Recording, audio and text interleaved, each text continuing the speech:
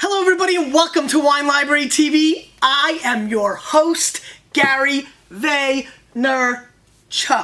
Back from Hotlanta and good to be back in the dirty Jers, I must say. Tomorrow, Gary Vaynerchuk 6-pack. I promise. Sorry if I screwed you up. Let me know. I'll send you a shoe.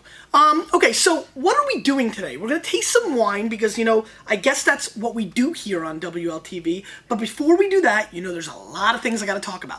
Number one, it's on like Donkey Kong. The contest is running wild.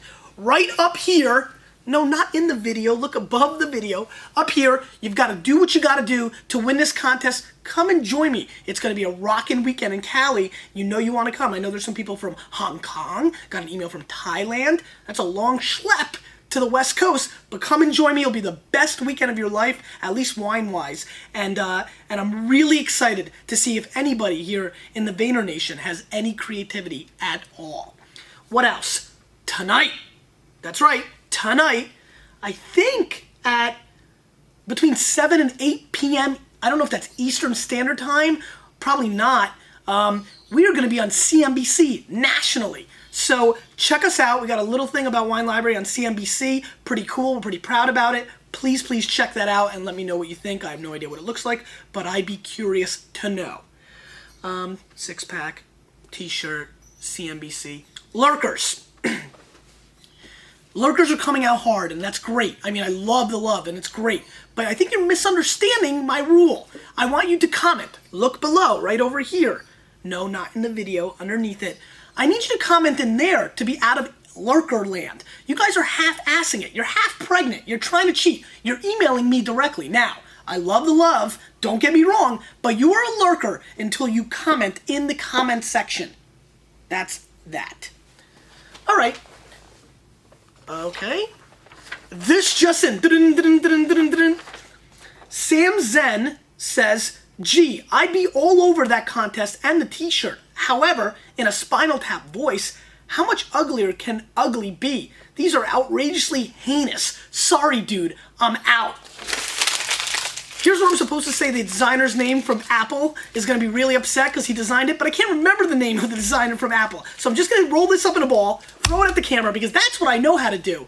Obviously, you've hurt some feelings here, Sam, and I really, really, really, really think you're heinous. I'll take it. I understand. But it's a pretty rad t-shirt. You must be totally not in the in. Sorry, dude. All right. Or maybe he's in the in and I'm not. Anyway. I didn't design it. I don't have those kind of skills. What I do is I taste wine, and I'm going to do that right now. I noticed a lot of people don't like oak. Scared of the oak monster, and I don't disagree. Scares the piss out of me too. But we're going to taste something that's not oaky today. We're going to talk about Chenin Blanc. The long-lost Chenin Blanc. Let me tell you a story, a little inside tidbit I picked up from the old school guys I used to hang out with the park about the industry. Listen to this. In the mid-70s, wineries like Charles Krug, for example, used to allocate Chenin Blanc out. You had to buy Napa Valley Cabernet Sauvignon, lots of it, to get your fair allocation of Chenin Blanc. Whoop! The world has changed, hasn't it? Still think I'm wrong about China or India in 20 years? Anyway, Chenin Blanc, crisp wines that are really very interesting, probably the most fundamentally diverse, really able to do a lot of things, like a chameleon. Like me, I think, a little bit. Can do a lot of things. Can make profound dessert wines, crisp wines, old aging petrol style wines. Chenin Blanc can do it all. Think of it as maybe, I don't know, the kid in school you hated so much because he could do everything. Sports, school, girls, all that stuff. That's Chenin Blanc. Don't be hating on Chenin Blanc, but that's what Chenin Blanc is. It can do everything. And today we have 4 selections of Chenin Blanc, and let's get right into the mix. I'm probably in good mood because I'm wearing green. I like green, like the Jets. Bonnie Doon, we bashed the last Bonnie Doon. Everybody emailed me and said, what the hell, don't bash Bonnie Doon, all that stuff. So Bonnie Doon, we're going to give you another chance. We're going to taste the Pacific Rim Chenin Blanc, an $8 US bottle. And I'm excited to try it. It's pretty. When you look through it, you can see flowers in the background. You see flowers? I like flowers. So let's give it a whirl.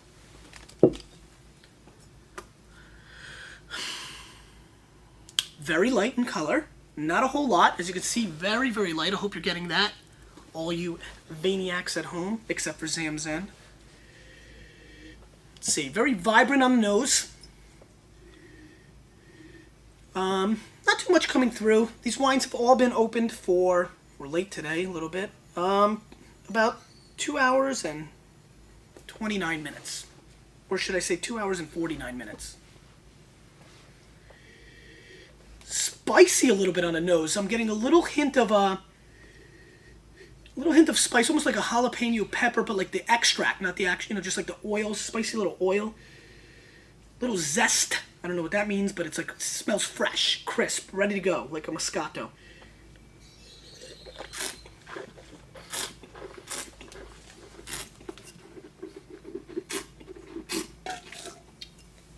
$12.5 in alcohol. It's coming through extremely fruity, almost botrytis on the flavor profile. Coming through with a really nice cantaloupe flavor, believe it or not, which I kind of like.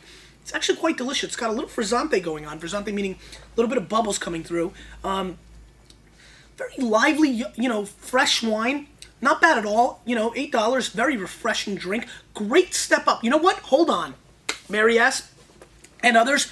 White Zinfandel shout out alert 2006. You need to seriously consider to try this wine if you're a White Zinfandel fan. This, I think, will be a nice migration north and going up the ladder and trying a different little aspect in a white wine that I think will segue perfectly from the White Zinfandel arena.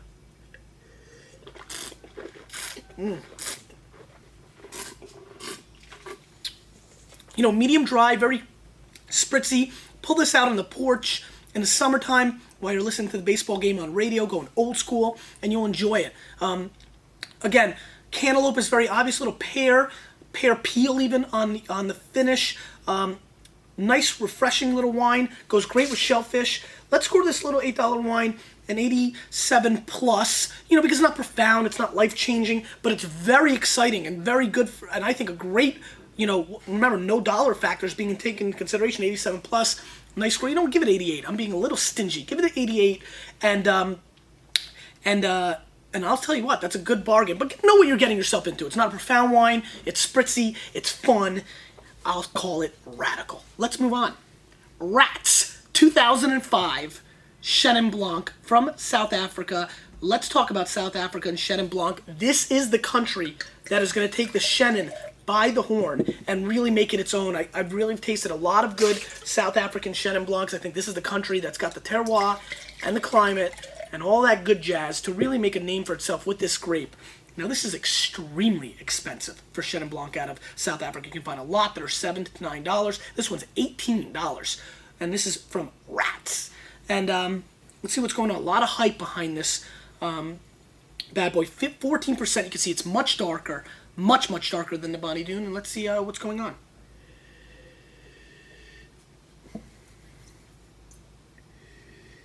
Getting a little hint of passion fruit, which I like quite a bit.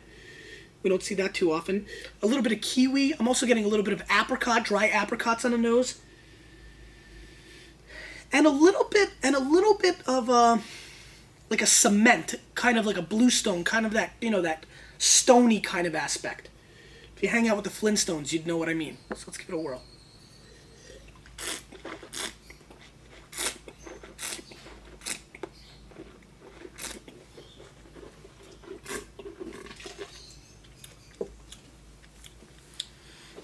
Very acidic, very big actually. Great acidity in the mid-palate and finish. Very lively, tons of fruit. All those flavors we smelt on the nose are coming through, but even more so, a lot of apple.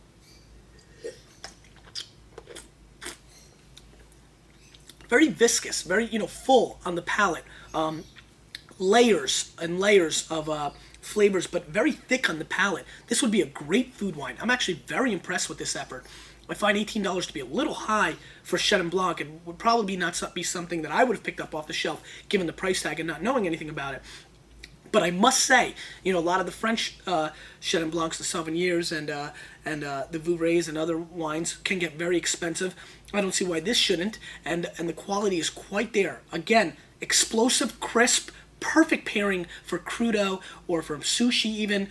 Love to try this with some great fish, branzino. This is impressive. Let's go 90 points. This is a really great effort.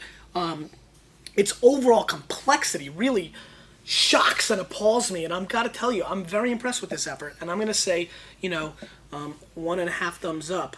I don't know what that means, but I really, really wanted to do it. Let's move on. This guy we could do, listen, before I do this one, I just want you to know we could do an entire episode on this guy, and we probably will eventually. This is Nicolas Joly. This is an all-biodynamic, Sauvignon, Les Clos Gris, 2003.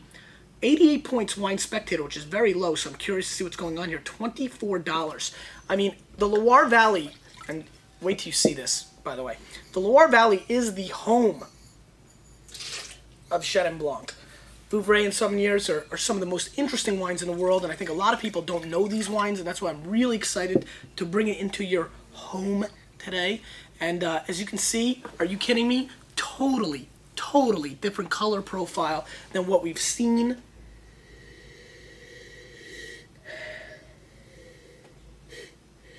Totally different nose. What I'm getting here is a real golden apple mixed with raisins. A little bit of that petrol, yeah, I mean, you're getting definitely some of that gasoline coming through, but very different, very profound, very over the top. I'm really enjoying this nose. I can smell this wine for hours. Very golden, just that golden green apple. Very nice. It's got a lot going on in the nose.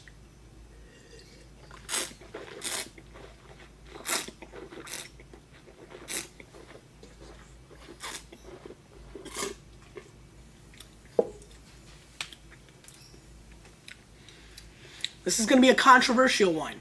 This is wine that we're definitely going to have the line in the sand with certain people. It's a very old world white. You're getting a lot of acidity. I'm getting a lot of almost, I don't want to say bitter, but very complex, almost like, what's a bitter apple? How would I consider a bitter apple? It reminds me of an apple, but then imagine, while you weren't looking, the Wicked Witch of the West stuck a bunch of bitter, disgusting flavors in there. You turned around and she gave it back to you and you bit it. You're just getting a lot of bitterness mixed in with really obvious, wild, lush apple. I'm not even sure exactly how to explain this, and usually I can put it out there, but I'm almost getting some sauterne qualities on the wine as well. Copper pennies. I'm tasting some copper penny. You know what? That's what it was. The Wicked Witch, the one we just talked about? She stuck copper pennies in there, ones you can consume without realizing. That's what you're getting with this apple, copper penny apple. I like it. It's very dry. This is food only, in my opinion. This is a tough wine to drink by itself like this, but wow, can this go with a lot of foods? Pigeon comes to mind with some great raspberry sauce. This is a nice, interesting wine. For me, I'm going to go 89 plus. I think there's some awkwardness in certain parts of the mid-palate. I can see some people going bananas, like off their mind, 93, 94 points. I can see some people thinking this is a 61-point wine.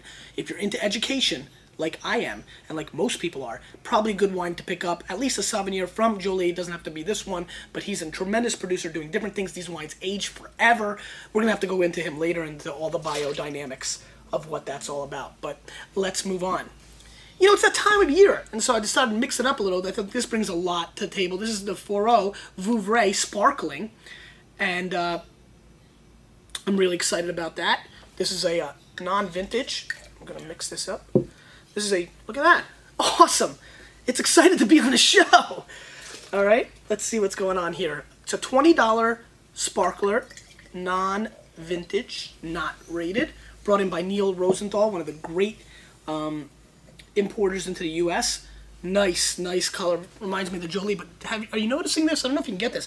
Barely any bubbles at all. Very, very, very few. So it's not too fizzy. It's come through a little bit in the middle. And let's see what's going on here. Smoky, burnt almonds, burnt rubber. Wow. if you ever raced cars in the middle of the street at 4 o'clock in the morning like I have, Fast and Furious style, you would know exactly what this smells like, because it's got that really burnt rubber, like, you know, you want to win. You do not want to lose to that. I'm not going to lose to you. You know, that kind of stuff. So that's what it smells like. You're definitely getting the burnt rubber. And then you're getting beautiful, subtle, I mean, artisan honey flavors, like from a farm that really knows what they're doing. Maybe let's say from Argentina, because I've had some great honeys from Argentina. So the burnt rubber, then you pour the honey on it, you smell the ground. That's what you get. And you know what? That's probably one of the best descriptions I've ever given, because this is really burnt rubber and honey. Period. 2 things. Please try that and let me know if I'm right. Email me. And if I'm wrong, don't email me. I can't take criticism very well.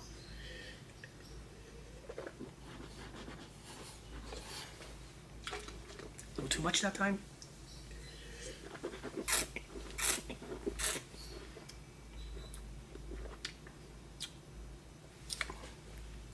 Yeah, not so much. You know, pretty acidic, not as well-rounded as I'd hoped. This is pretty much the category that I'm going to be most critical. I drink a lot of sparkling wine.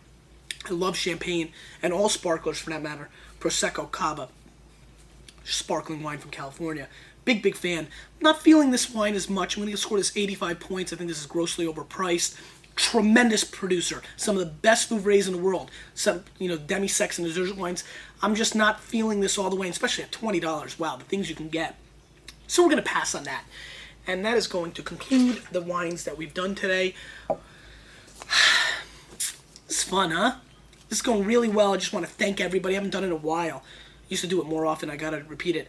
I'm humbled and honored by all the comments that I'm getting. I'm getting more than ever. The word is obviously spreading, so the Vaniacs are doing their job. Lurkers, you're banned if you don't comment on this episode. Listen, I had to do it. I apologize. Left-handed, you say? I get it every time. And it's stuck! Come on! Question of the day.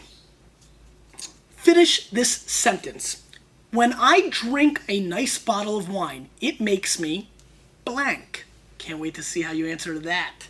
This is Gary Vaynerchuk, clearly, obviously, with a lot of you, and I mean like 0.0001 of me. We're changing the wine world. And I think, you know what? I think we're starting to make a little bit of noise. See you next time.